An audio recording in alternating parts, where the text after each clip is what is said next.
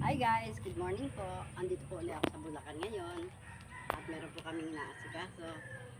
Pinapunta po ako ng kapatid ko. Meron po siya mga pinahatid.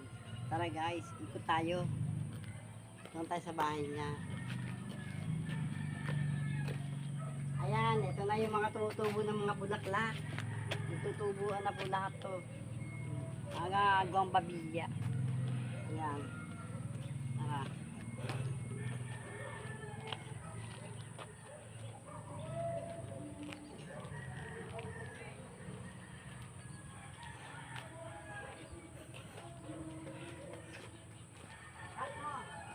Guys, papasyalan namin yung, alam niyo ba guys, papasyalan namin yung pinagagawa namin bahay na himingin tulong yung tao. Ayun po, oh.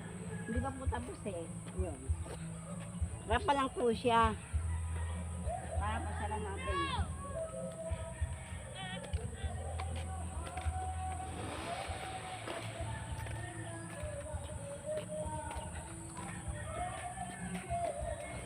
Ayun po. Tapos, ayun, tulong. Wala pa po kasing budget. Ay may tao po humingi ng tulong. Kaya sira po yung bahay nila. Kaya pinaayos namin. Kaya lang, rapa lang po siya. Wala kami pampirang kakainin yun. Kaya, tara guys. Pupunta tayo mamaya sa loob. Ito ko na mo itong ganda nito. Diba? Ito wala akong kuha dito.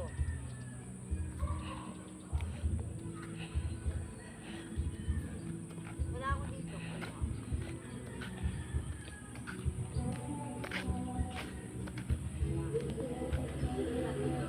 Kita nyo, maganda yung lugar na ano napili namin.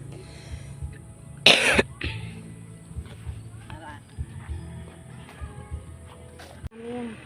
Ayan na po, ayan yung mga kahoy, ayan yung mga semento, ayan yung mga ano, ito, yung mga bato. Ayan. Ayan na po. Tapos kanina po, dumalo lang po kami rito. Papaligan po namin ito. Siguro narito po kami. Tara guys, hindi na tayo.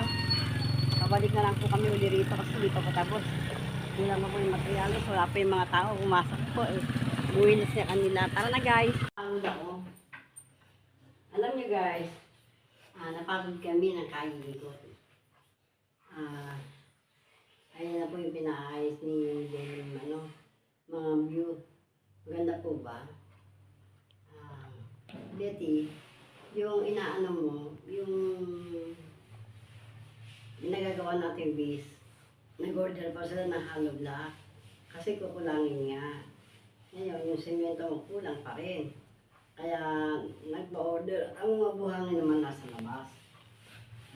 Kaya wag kang mag-alala, tatapusin naman yan eh. Ngayon, pagka umuulan pala rito, mahaba talaga ang mga damo. Ngayon, aalisan uli yan.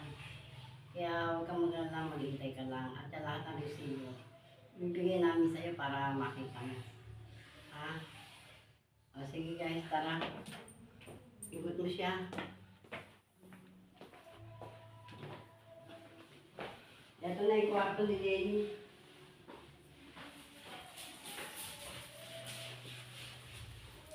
Yan. Yan ang kwarto ni Jenny. Sarado.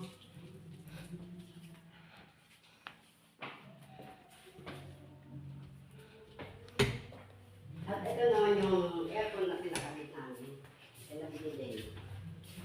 Kasi nga yung dito, naayos pa itong kwarto. Kasi nga darating nga yung anak ko. Kasama yung bata at saka yung asawa niya. Siyempre kailangan maayos-ayos naman yung kanilang itulugan. Tara labas tayo, nainitan ako.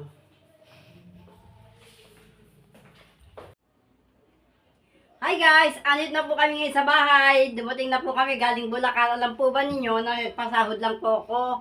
Kasi mga trabahador po namin nag-aantay ng sahod.